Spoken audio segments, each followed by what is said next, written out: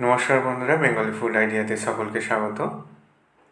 লুচি প্রেমী মানুষদের জন্য আজ নিয়ে এসেছি ভিন্ন স্বাদে একটা লুচি রেসিপি। এই লুচি রেসিপি একদম প্রাকৃতিকভাবে বানিয়ে নেব, কোনো ফুড কালার মেশানো ছাড়াই।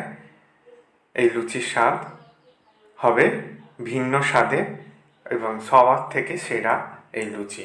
প্রথমে আমি নর্মাল যে সাদা লুচি হয় সেটার জন্য ডো তৈরি করে নিচ্ছি।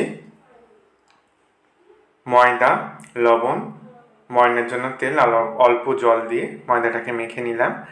এবার যেটা তৈরি করব সেটা হচ্ছে পালং শাক দিয়ে। এটা দিয়ে সবুজ কালারের ডো তৈরি হবে। পালং শাকটাকে ভালো করে মিক্সার জারের মধ্যে নিয়ে পেস্ট করে নিয়ে এবার স্ট্রেনারের মধ্যে দেখো রসটা বের করে নিচ্ছি। এই পালং শাকের রসটা দিয়েই আমি ময়দাটাকে মেখে নেব। এটা থেকে সবুজ কালারের ডো তৈরি হয়ে যাবে।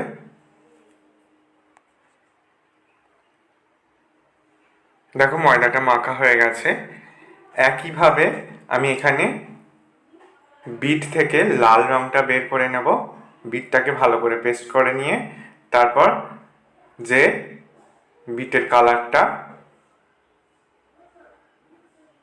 চলে আসছে সেটা দিয়ে ময়দার ডো মেখে নিয়েছি। দেখো 3টে কালারেরই ময়দার ডো মাখা হয়ে গেছে। এবার প্রথমে সাদাটা থেকে ছোট ছোট লেচি কেটে নিচ্ছি। সাদা রঙের ডো থেকে লেচি কেটে নেওয়ার পর লাল রঙের ডো থেকেও লেচি কেটে নিচ্ছি। একইভাবে সবুজ রঙের ডো থেকেও আমি লেচি কেটে নেব। এইভাবে প্রত্যেকটা ডো থেকে লেচি কেটে নেওয়ার পর দেখো একটার সাথে একটা লেচি এইভাবে জুড়ে নিতে হবে। আর ময়দা মাখাটা একদম নরম করতে হবে, তবে একটার সাথে একটা সুন্দরভাবে জুড়ে যাবে।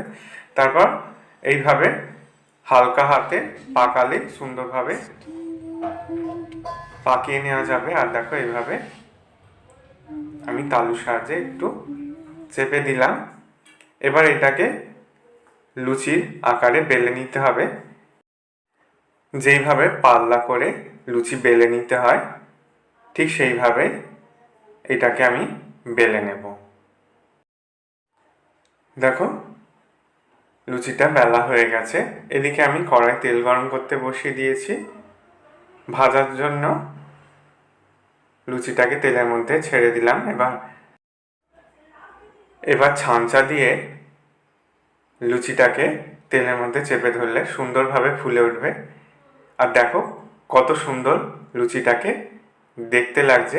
গ্যাসের ফ্লেম একদম হাইতে রেখেছি। দেখো লুচিটা ভাজা হয়ে গেছে। এবার তুলে নিচ্ছি। এইরকম লুচি তোমরাও একবার বাড়িতে ট্রাই করে দেখতে পারো। দেখতেও যেমন ভালো লাগবে তেমন খেতেও হবে সেরা। প্রত্যেকটা লুচি বলের মতো ফুলবে আর অনেকক্ষণ পর্যন্ত ফোলা অবস্থাতে থাকবে। আশা করি লুচির এই রেসিপি তোমাদের ভালো লাগবে। ভালো লাগলে বন্ধুদের মধ্যে অনেক শেয়ার করো। লাইক কমেন্ট করতে ভুলো না। সকলে সাবধানে সুস্থ দেখো। ধন্যবাদ।